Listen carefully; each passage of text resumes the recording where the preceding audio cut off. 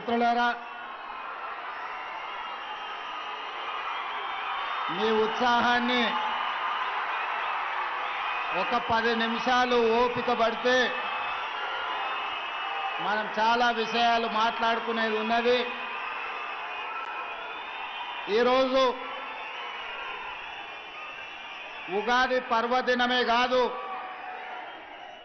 ఈనాడు ప్రతి పేదవాడికి పట్టెడన్నం పెట్టాలన్న ఆలోచన,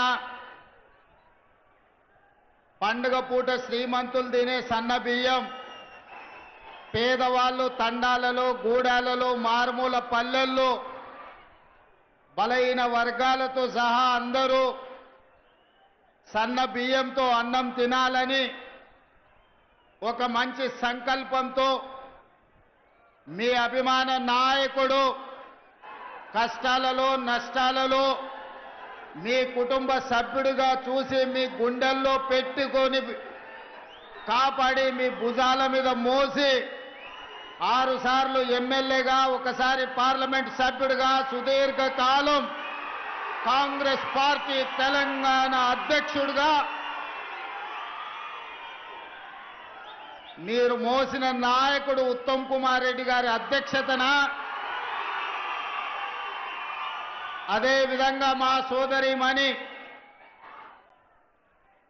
మీ ఊరి కోడలు, మా ఊరి ఆడబిడ్డ ఉత్తమ్ పద్మావతి రెడ్డి గారు, కోదాడ శాసనసభ్యురాలు, వారిద్దరి ఆధ్వర్యంలో ఉగాది పండగ పూట ఇంత అద్భుతమైన సంబరాలు నిర్వహించినందుకు ఉత్తమ్ పద్మావతి రెడ్డి గారిని, ఉత్తమ్ కుమార్ రెడ్డి గారిని 4 కోట్ల తెలంగాణ ప్రజల పక్షాన మనస్ఫూర్తిగా నేను అభినందిస్తున్న వారిని. మిత్రులారా, ఉగాది పండుగనే కాదు, మా మైనారిటీ సోదరులకు పవిత్రమైన రంజాన్ మాసం, రేపు రంజాన్ పండుగ సందర్భంగా మైనారిటీ సోదరులకు కూడా రంజాన్ శుభాకాంక్షలు తెలియజేస్తున్నా.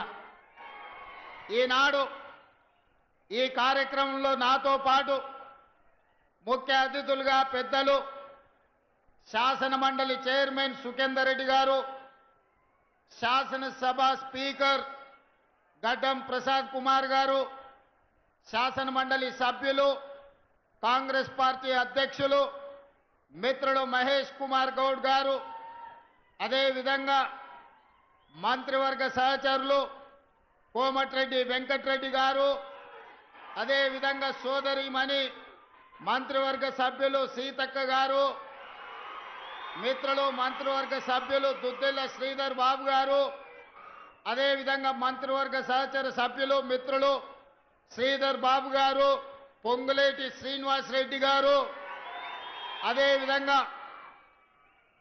మీ అభిమాన నాయకుడు దక్షిణ భారతదేశంలోనే అత్యధిక మెజారిటీ సాధించిన యువ పార్లమెంట్ సభ్యులు కుందూరు రఘువీర్ రెడ్డి గారు,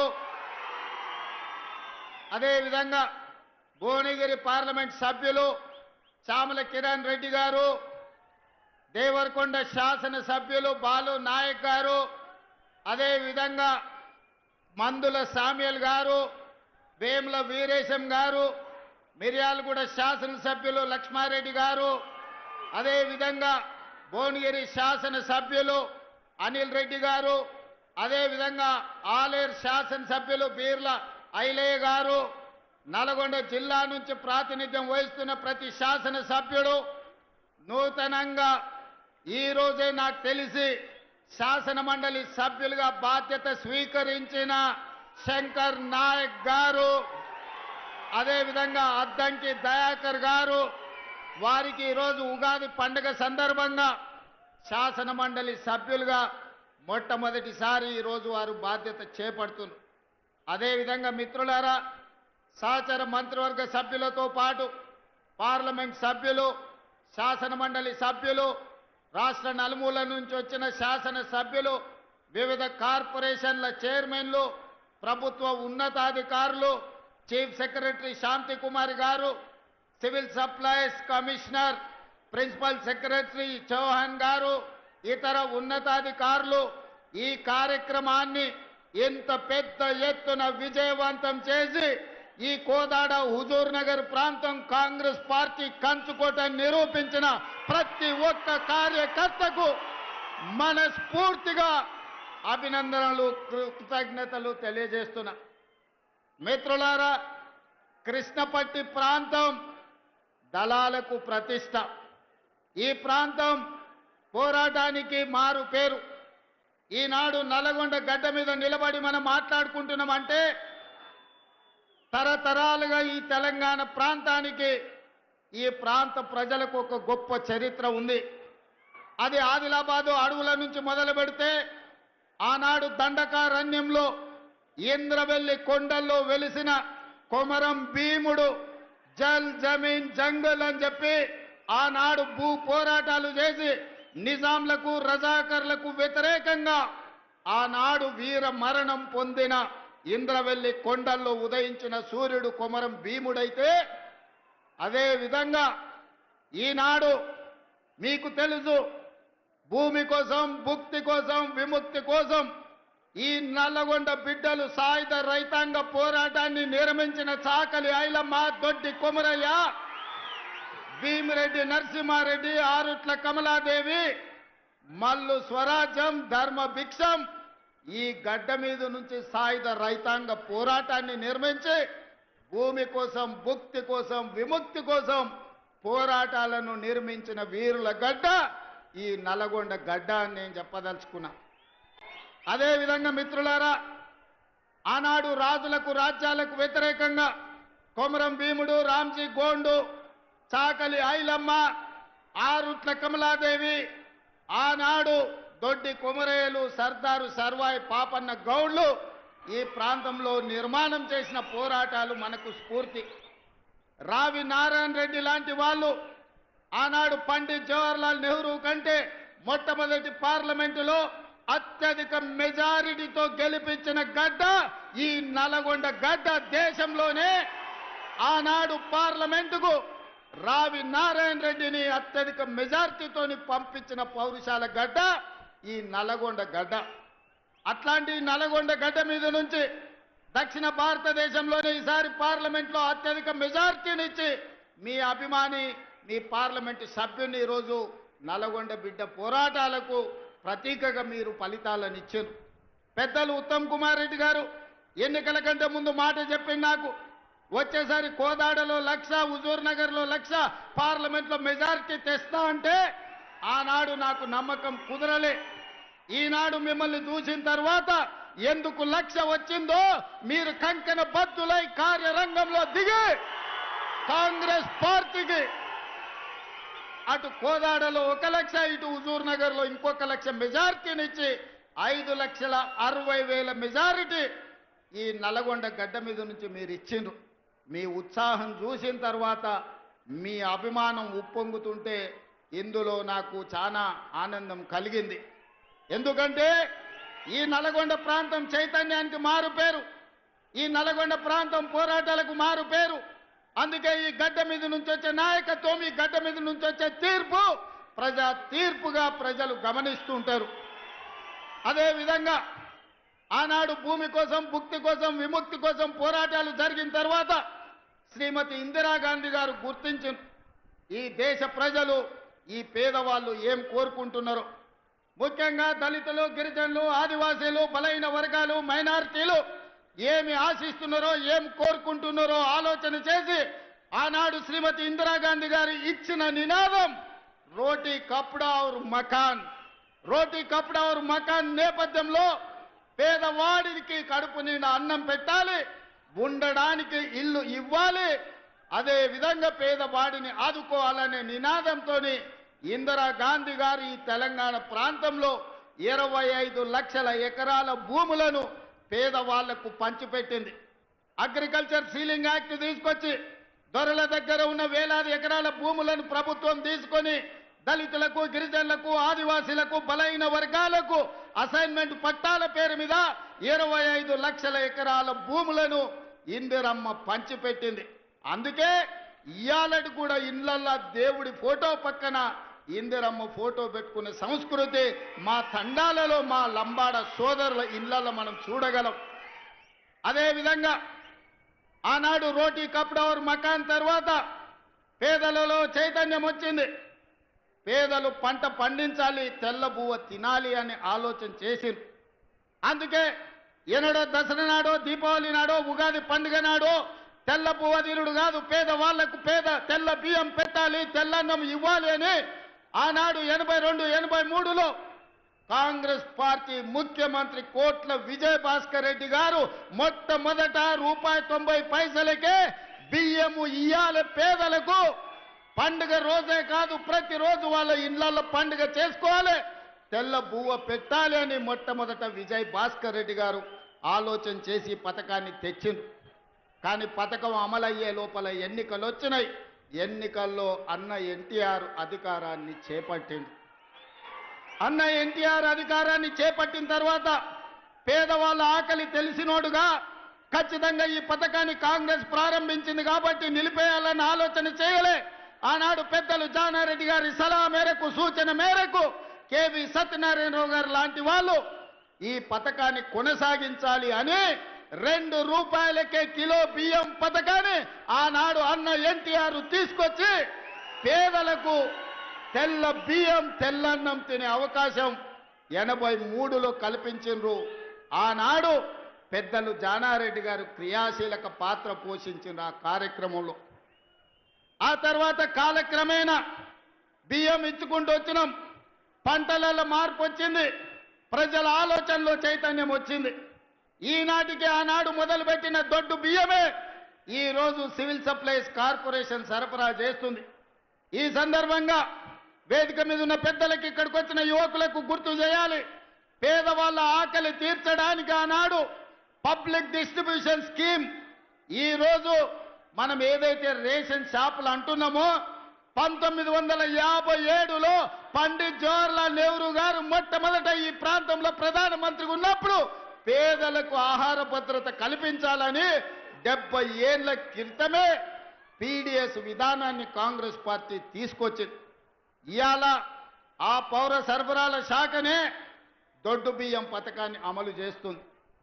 మేం బాధ్యత చేపట్టిన తర్వాత 2000 పైగా మిల్లర్లు ఉన్నాయి ఈ ప్రాంతంలో. రైస్ మిల్లులకు ప్రతిదీ మిర్యాలగూడ, హుజూర్ నగర్, కోదాడ ప్రాంతంలో దేశంలోనే అత్యధికంగా ఒడ్లు పండించే ప్రాంతం.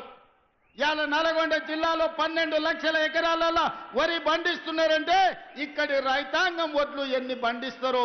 ఈ రోజు ఈ దేశంలోనే అత్యధికంగా ఒడ్లు పండించే రైతులు ఈ ప్రాంతంలో ఉన్నారు. ప్రభుత్వం ఏర్పడ్డ తర్వాత పెద్దలు ఉత్తమ్ కుమార్ రెడ్డి గారితో మాట్లాడినా. మేము సివిల్ సప్లైస్ కార్పొరేషన్ సమీక్ష చేసినాం. మిల్లర్ల దగ్గర ఆనాటి ప్రభుత్వం 21,000 కోట్ల రూపాయల వడ్లను మిల్లర్ల దగ్గర తాకట్టు పెట్టింది. మిల్లర్లను పిలిచి సమావేశం పెట్టి ప్రభుత్వం 21,000 కోట్ల రూపాయల వడ్లు మీ దగ్గర దాచిపెడితే ఎక్కడునే లెక్క చెప్పుండ్రి, లెక్క చెప్పకపోతే పైసలు కట్టుండ్రి అంటే పైసలు కట్టేటోడు లేడు, వడ్లు ఇచ్చేటోడు లేడు. అదేవిధంగా ఈరోజు రేషన్ షాపుల్లో దొడ్డు బియ్యం పోతే ఉచితంగా ప్రతి మనిషికి రాష్ట్రంలో 3 కోట్ల మందికి ప్రభుత్వం ఉచిత బియ్యం ఇస్తే ఆ బియ్యం ₹10 మళ్ళా మిల్లర్లే కొంటుండ్రు.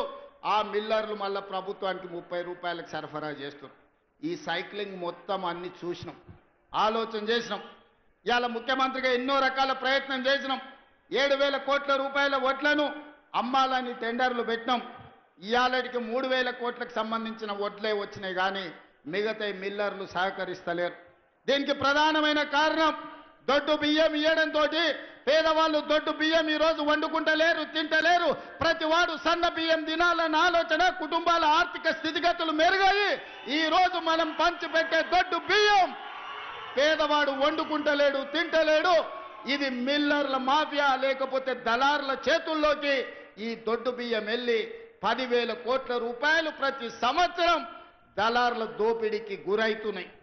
అందుకే ఆలోచన చేసిన పెద్దలు ఉత్తమ్ కుమార్ రెడ్డి గారితో మాట్లాడిన, సహచర మంత్రివర్గ సభ్యులతో చర్చించిన, బట్టి విక్రమార్క గారిని ఒప్పించిన, ఇక దొడ్డు బియ్యం కాదు, ప్రతి పేదవాడికి ప్రతి ఒక్కరికి 6 కిలోల సన్న బియ్యం ఇవ్వాలి. ఉగాదో దీపావళి సంక్రాంతి పండుగ కాదు, పేదవాడి ఇంట్లో ప్రతిరోజు పండుగ ఉండాలి, సన్న బియ్యం వండాలి, పేదవాడి కడుపు నింపాలి. ఆ బాధ్యత మేము తీసుకోవాలి. సోనియమ్మ నాయకత్వంలో ఆలోచన చేసినాం. ఇవాళ మిత్రులారా, ఇందిరమ్మ రోటీ కప్డవర్ మకాన్ తర్వాత, విజయభాస్కర్ రెడ్డి ఎన్టీ రామారావు గారి బియ్యం పథకం తర్వాత శ్రీమతి సోనియా గాంధీ గారికి ఈ దేశం రుణపడి ఉండాలి.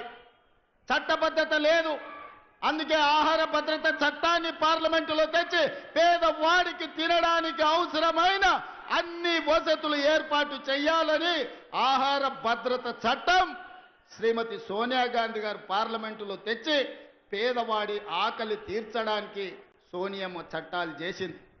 పెద్దలు చెప్పేటోళ్ళు, మా నాయనమ్మ చిన్నప్పుడు అనేది, భార్య జీతం చూస్తుంది, అమ్మ ఆకలి చూస్తుందని. భార్య మొగుడుకొచ్చే జీతం లెక్కేస్తుందంట, అమ్మనేమో కొడుకు కడుపులో ఉన్న ఆకలిని అంచనా చేస్తుందంట.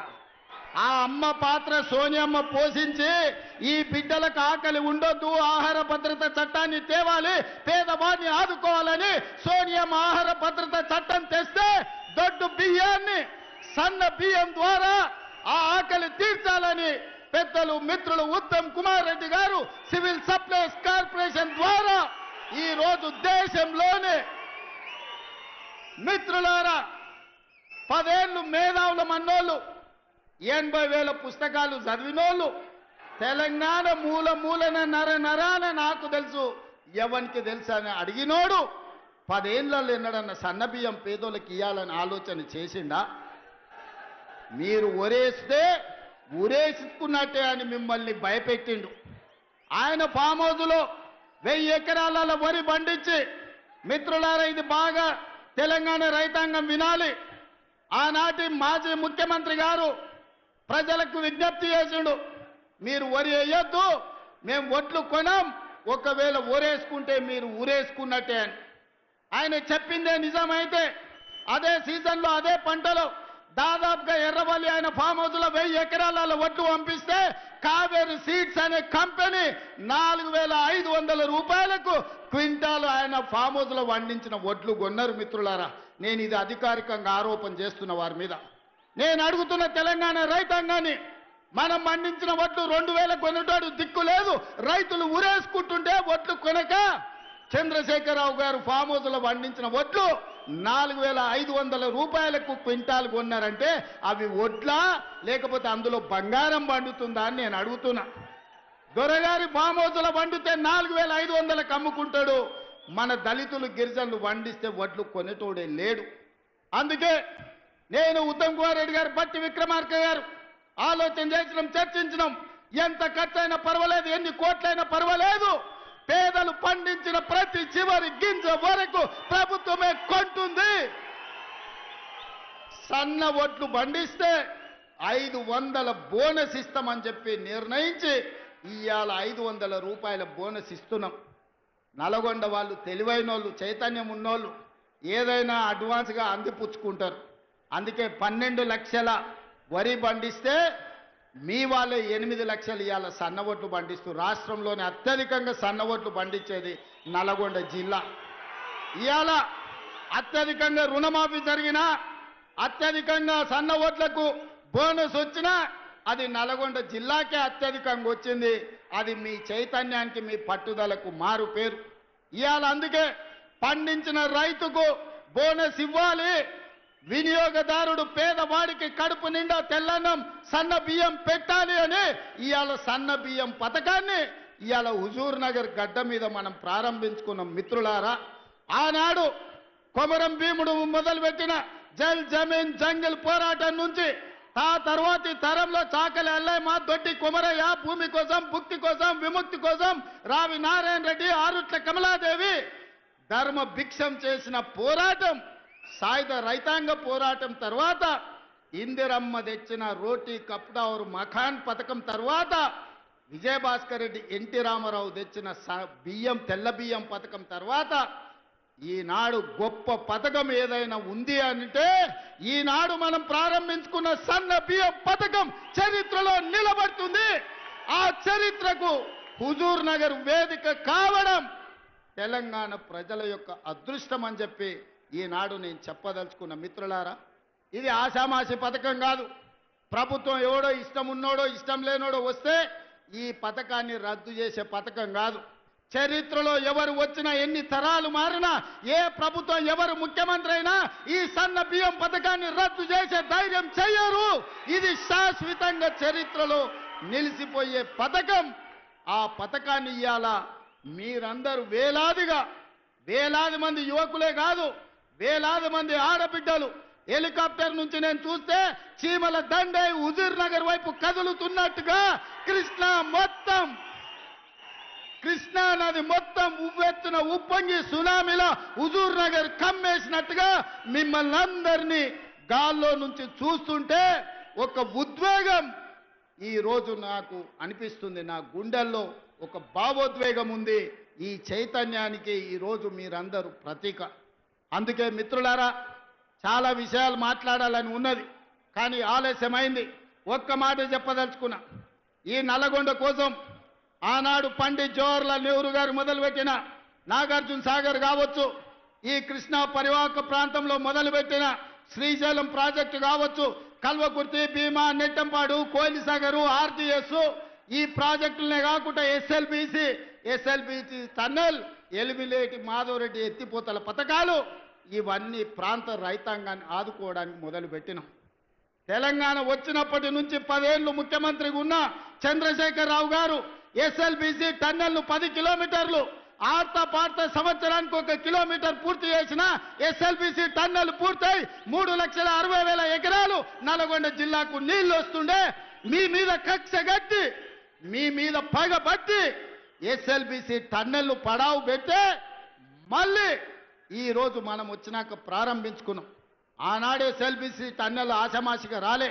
కోమటిరెడ్డి వెంకటరెడ్డి గారు, జానారెడ్డి గారు, రాజశేఖర రెడ్డి గారితో కొట్లాడి మాకు నీళ్లు కావాలి, కృష్ణానది జలాలు మాకు రావాలి అని చెప్పి ఎస్ఎల్బిసి టన్నెల్ను ఆనాడు 2005-6లో ప్రారంభించుకున్నారు. మరి 44 కిలోమీటర్లలో 34 కిలోమీటర్లు పూర్తయిన ఎస్ఎల్బిసి టన్నెల్ 10 ఏళ్లలో చంద్రశేఖరరావు సంవత్సరానికి 1 కిలోమీటర్ పూర్తి చేసిన ఎస్ఎల్బిసి పూర్తి అవుతుండే.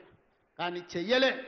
ఆయనకి మీ ఓట్ల మీద దాస ఉంది, మీ సీట్ల మీద దాస ఉంది, కానీ మీ నీళ్ల మీద దాస లేదు, మీ కష్టాలను తీర్చాలన్న ఆలోచన లేదు. అందుకే ఇవాళ పౌర సరఫరాల శాఖ అయినా, ఇవాళ సాగునీటి పారుదల శాఖ అయినా మీ హుజూర్ నగర్లో ఉంది. పోయిన సంవత్సరం 24,000 కోట్లు ఈ శాఖకు నిధులు ఇచ్చి ఉత్తమ్ కుమార్ రెడ్డి గారి నాయకత్వాన తెలంగాణలో పడవబడ్డ ప్రాజెక్టులను పూర్తి చేయాలి. కాళేశ్వరం కుప్పగూలిన ఆయన కాళేశ్వరం అంటాడు, మా వెంకన్ననేమో అది కూలేశ్వరం అంటాడు. 3 ఏళ్లలో 1,00,000 కోట్లు మింగిండు, కట్టిండు, కూలింది. నేనేం చెప్పిన అంటే పని మంత్రులు పనిచేస్తేనంటే కుక్కతోక దానికి కూలిపోయిందంట. ఎక్కడైనా ఎవడైనా 1,00,000 కోట్లు పెట్టి కట్టిన ప్రాజెక్టు 3 ఏళ్లలోనే కూలిపోయేది. ఈ దేశంలోనే కాదు, ఈ ప్రపంచంలో ఎప్పుడైనా జరిగిందా? కాళేశ్వరం అయిన ప్రపంచంలో 8వ వింత అన్నాడు. నాయన అది 8వ వింత కాదు, ప్రపంచంలో ఏకైక వింత. 1,00,000 కోట్లు పెట్టిన కాళేశ్వరం 3 ఏళ్ల కుప్ప కూలిందంటే మిమ్మల్ని ఊరేసిన పాపం పోదు మీది. 1,00,000 కోట్లు ప్రజల సొమ్ము దిగమింగి కాళేశ్వరం కట్టి కూలగొడితే కూడా మొన్నటి వానకాలంలో రైతులు కష్టపడి శ్రీరామ్ సాగరు, శ్రీపాద ఎల్లంపల్లి ప్రాజెక్టుల కింద, శ్రీశైలం, నాగార్జున సాగర్, భీమా, కోయిల్ సాగర్, నెట్టంపాడు లాంటి ప్రాజెక్టుల కింద 1,56,56,00,000 మెట్రిక్ టన్నుల వడ్లు ఉత్పత్తి చేసి దేశంలోనే అత్యధికంగా వడ్లను పండించిన రాష్ట్రంగా తెలంగాణ చరిత్రలో ఉంది. ఈసారి యాసంగిలో కూడా అత్యధికంగా వడ్లు పండే పరిస్థితి ఉన్నది. ఇవాళ మిత్రులారా, అందుకే మీ శ్రమ ఎక్కడికి పోదు. నేను ఇవాళ ఉదయం పంచాంగం సందర్భంగా చెప్పిన మా ఆలోచనలో లోపం లేదు. మేము ఒక సంకల్పాన్ని పెట్టుకుంటే మంచి ఆలోచనతో, మంచి బుద్ధితో ఏ సంకల్పాన్ని పెట్టుకున్నా, నేను మొట్టమొదటిసారి జడ్పీటీసీ ఇండిపెండెంట్గా నిలబడ్డప్పుడు ప్రజలకు చెప్పిన ప్రజా సేవ చేయడానికి నేను వచ్చినాను. నా సంకల్పం మంచిది కాబట్టి ప్రజలు నన్ను ఆశీర్వదించారు. 9 నెలలకే ఎమ్మెల్సీ ఇండిపెండెంట్గా నిలబడ్డా. మా జిల్లా ప్రజలకు చెప్పిన ఏదో ఒక రోజు జిల్లాకు మంచి పేరు తెస్తా నన్ను ఆశీర్వదించండి అంటే 2007లో ఎమ్మెల్సీగా ప్రజలు ఆశీర్వదించారు. 2009లో ఎమ్మెల్యేగా, 2014లో ఎమ్మెల్యేగా, 2018లో చంద్రశేఖరరావు కక్ష గట్టి ఇల్లు తలుపులు బద్దలు కొట్టి పోలీసుల్లో నిర్బంధిస్తే పోలీసులను పెట్టి గెలిస్తే 3 నెలలు తిరిగే లోపలనే ప్రపంచంలోనే పెద్ద పార్లమెంట్ అయిన మల్కాజ్గిరిలో ఆశీర్వదించి ఎంపీగా ఢిల్లీకి పంపిస్తే సోనియమ్మ ఆశీర్వదించి పిసిసి అధ్యక్షుడిగా తెలంగాణ రాష్ట్రానికి పంపించింది. ఆ పిసిసి అధ్యక్ష పదవి మీ ఆశీర్వాదం ఇవాళ తెలంగాణకు ముఖ్యమంత్రిని చేసి నిలబెట్టింది. 2006లో జడ్పీటీసీగా మొదలుపెట్టిన నేను 2023 లోపల తెలంగాణ రాష్ట్రానికి ముఖ్యమంత్రి అయినంటే మా సంకల్ప బలం గొప్పది. పేదవాళ్లకు సేవ చేయాలి, పేదవాళ్ల గుండెల్లో శాశ్వతంగా గుర్తింపు ఉండాలి అని సంకల్పించడం కాబట్టే ఇవాళ మీ ముందు నిలబడి మాట్లాడగలుగుతున్నా. ఉద్దండులైన నాయకులు వేదిక మీద ఉన్నా ఈరోజు దేవుడు కరుణించిండు, మీరు ఆశీర్వదించిండ్రు తెలంగాణ రాష్ట్రానికి ముఖ్యమంత్రి అయిన. ఇవాళ ప్రవేశపెట్టే పథకాలకు కూడా కొంతమంది పిల్లి శకునాలు పలుకుతున్నారు. గోడ మీద ఉండే బల్లి శకునం పలికేదంట, కుర్చీలో పడి సచ్చిందంట. ఇవాళ టీఆర్ఎస్ వాళ్ళ పరిస్థితి గట్లుంది, శకునం పలికే బల్లి కుర్చీలో పడి సచ్చిందని. ఇవాళ వాళ్ళు శాపనార్థాలు పెడుతున్నారు, ఎట్లిస్తారని. మాకు సంకల్ప బలం ఉన్నది, ఈ పథకాలను అమలు చేస్తాం. నేను ఈరోజు చెప్తున్నా, 3,10,00,000 మందికి ప్రతి వాడికి 6 కిలోలు సన్న బియ్యం ఇస్తాము. ఎన్ని వేల కోట్ల ఖర్చు అయినా పెడతాము. రైతు రుణమాఫీ చేస్తామన్నాము.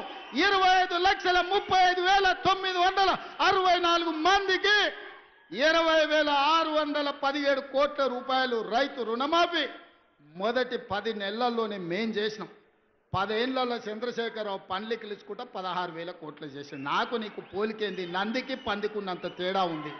నాతో పోల్చుకునేది ఏంది? నువ్వు ఎగగొట్టిన రైతు బంధు పథకం 7,625 కోట్లు ప్రభుత్వం ఏర్పాటు చేసిన మొదటి 3 నెలల్లోనే ఆయన రైతులకు పంగనామం పెడితే 7,625 కోట్ల రూపాయలు రైతు బంధు పథకాన్ని మొదటి భాగాన్ని రైతుల ఖాతాలో వేసినాం. ఇవాళ రైతు భరోసా 10,000 నుంచి 12,000కు పెంచి ఇవాళకి 5,000 కోట్ల రూపాయలు రైతుల ఖాతాలో వేసినాం. తొందరలోనే మిగతా 4,000 కోట్లు కూడా వేసి ప్రతి సంవత్సరం రైతు భరోసా పథకం కింద పేదలకి 20,000 కోట్ల రూపాయలు పంచి పెడతాం. ఇవాళకి రైతు రుణమాఫీ కింద 21,000, రైతు భరోసా కింద 12,000, 33,000 కోట్ల రూపాయలు 15 నెలల రైతుల ఖాతాలో నగదు బదిలీ చేసి రైతుల గుండెల్లో శాశ్వతంగా ఇందిరమ్మ పేరు, సోనియమ్మ పేరు ఉండేటట్టు ఈరోజు చర్యలు చేపట్టినాం. సన్న వడ్లకు ఉత్తమ్ కుమార్ రెడ్డి గారు 1,200 కోట్ల రూపాయల బోనస్ ఇచ్చిండు. ఒకరోజు వెనక ముందైనా గతంలో మీకు తెలుసు, మిల్లుల కాడికి పోయినా తాలు పేరు మీద, తౌడు పేరు మీద, తుట్టి పేరు మీద, తడి పేరు మీద క్వింటాల్కు 10 కిలోలు దండి కొట్టేది. ఇవాళ ఎవరినైనా 1 కిలో దండి కొట్టమని ఉత్తమ్ కుమార్ రెడ్డి గారు వస్తే తీసి బొక్కలేపిస్తా అని చెప్పిండు. ఇవాళ రైతు తీసుకెళ్లిన ధాన్యాన్ని ఎవరైనా తూకం పెట్టి కొనుక్కునే పరిస్థితి. ఆనాడు 3 నెలలైనా పైసలు వచ్చేది కాదు. ఈరోజు 3 రోజుల్లోనే మీ ఖాతాలలో నగదు పడుతుంది. అందుకే ఈ ప్రభుత్వం మీ నాయకుడు ఉత్తమ్ కుమార్ రెడ్డి గారి నాయకత్వంలో ఇది ఒక పక్కన సాగునీటి ప్రాజెక్టులు, రెండో పక్కన పౌర సరఫరాల శాఖ సన్న బియ్యం పథకాన్ని పకడ్బందీగా అమలు చేసి శాశ్వతంగా పేదవాళ్ళని ఆదుకునే కార్యక్రమం తీసుకుంటాం. ఆ ఆదుకునే కార్యక్రమం హుజూర్ నగర్ గడ్డ మీద నుంచి ప్రారంభించి మీరందరూ వేలాదిగా తరలి వచ్చి ఉత్తమ్ పద్మావతి రెడ్డి గారిని, ఉత్తమ్ కుమార్ రెడ్డి గారికి అండగా నిలబడి ఈరోజు తెలంగాణకు మొత్తం ఈ ప్రాంతం కాంగ్రెస్ కంచుకోట, వారి కుటుంబానికి అదేవిధంగా ఎన్ని చెప్పినా ఉత్తమన్న సిట్ అందిస్తూనే ఉన్నారు. వచ్చిన ఎంబడే 2012లో మొదలుపెట్టిన హౌసింగ్ స్కీమ్ 2,100 ఇండ్లకు వచ్చి కూర్చొని 60 కోట్లు వసూలు చేసి ఇవాళ ఇండ్లు చూపించిన సంతోషమైంది. అదేవిధంగా అగ్రికల్చర్ కాలేజ్ ఉత్తమ్ కుమార్ రెడ్డి గారు అడుగుతున్నారు. ఇంకా వారు అడిగినాక కాదనేదే ఉంది. వారు అడిగినాక మీ అభిమానం చూసినాక ఇంతసేపైనా మీరు స్వచ్ఛందంగా వచ్చిన తర్వాత అగ్రికల్చర్ అంటేనే హుజూర్ నగర్, కోదాడ, ఈ ప్రాంతంలో ఉన్నది, మిర్యాలగూడ ప్రాంతంలో. అందుకే ఇక్కడికి అగ్రికల్చర్ కాలేజ్ ఇవ్వడమే కాకుండా మా BLR young India integrated residential school అడిగిండు. వారికి కూడా 200 కోట్ల రూపాయలతోని రెసిడెన్షియల్ స్కూల్ కాలేజీని కూడా వారికి కూడా మంజూరు చేస్తున్నాం. అడ్వాన్స్డ్ టెక్నాలజీ సెంటర్ మా పద్మక్కకు కోదాడకు కూడా ఇయ్యదలుచుకున్నాం. అదేవిధంగా అడ్వాన్స్ టెక్నాలజీ సెంటర్ కూడా కాగితం ఇచ్చిండు లక్ష్మారెడ్డి, తప్పకుండా ఇస్తాం. అదేవిధంగా మిగతా కొన్ని అడిగిండు. ఒక్కసారి ఇవన్నీ లెక్కలు చూసుకొని వీటి మీద మళ్ళీ మొత్తం హుజూర్ నగర్ అన్ని ఇన్నే చెప్తే మిర్యాలగూడలో మళ్ళీ లక్ష్మారెడ్డి మీటింగ్ పెట్టాడు. మిర్యాలగూడలో లక్ష్మారెడ్డి మీటింగ్ పెట్టినాకనే మిగతా అన్నీ ఆడుకొచ్చి చెప్తా. ఇగో ఎంకన్నా ఇంకో సిట్ అందిస్తున్నాడు. దేవరకొండ కూడా బాలు నాయక్ మంచి మిత్రుడు. దేవరకొండ మా పక్కనే ఉంటుంది, మా కానుకొని ఉంటుంది అవతల అచ్చంపేట నుంచి. మా చుట్టాలంతా అన్నే ఉండు. అవునా? రఘువీరెడ్డి తాత ముందు అక్కడి నుంచి ఎమ్మెల్యే ఉండే నారాయణ రెడ్డి గారు గుర్తుంది కదా మీకు అందరికీ. సో అందుకే దేవరకొండ కూడా యంగ్ ఇండియా రెసిడెన్షియల్ స్కూల్ అని అన్నారు. తప్పకుండా దేవరకొండకు పోయే ప్రకటిస్తా. మిగతా అన్నీ ఇంకా అన్నీ చూస్తా చూస్తా. ఏదేమైనా నేను ఒక్కటే మాట చెప్పదలుచుకున్నా. 5 ఏళ్ల కోసం ఎన్నికైన ప్రభుత్వం 15 నెలలని చేయగలిగిన అన్ని చేసినాం. భవిష్యత్తులో కూడా ఇంకా చేస్తాం. ఇవాళ వాళ్ళు ఎట్లన్నా చేసి కాళ్ళలో కట్టెబెట్టి కింద పడేయాలని చూస్తారు. కానీ ఇది ఎవరు అంత ఆషామాషిగా లేరు. ఒకవేళ నాయకులు కొంచెం అట్లా ఇట్లా ఉన్నా మా కార్యకర్తలు అట్లా లేరు. పట్టుదలతో ఉన్నారు, చైతన్యంతో ఉన్నారు. ఎవరైనా ఏమైనా ఎక్కడైనా టీఆర్ఎస్ ఓడో ఇంగోడో మన కాళ్ళల్లో కట్టె పెట్టాలనుకుంటే వాళ్ళ కళ్ళల్లో కారం కొట్టడానికి మీరందరూ సిద్ధంగా ఉన్నారు. నాకు ఆ నమ్మకం ఉంది. మీ శక్తితోని, మీ యుక్తితోని, మీ పోరాటంతో, మీ సంకల్పంతో ఈనాడు తెలంగాణలో ప్రజాపాలన వచ్చింది. ఈ ప్రజాపాలన ప్రగతి బాట వైపు నడుస్తుంది. మీరు అండగా ఉండండి. 10 ఏళ్ళు ఈ తెలంగాణ రాష్ట్రాన్ని అద్భుతమైన రాష్ట్రంగా దేశానికే నెంబర్ 1 ఉండే విధంగా తీర్చిదిద్దే బాధ్యత మేము తీసుకుంటామని తెలియజేస్తూ మీ అందరి దగ్గర సెలవు తీసుకుంటున్నా. ధన్యవాదాలు మిత్రులారా. 3 రంగుల జెండా బట్టి సంగమోలే కదిలి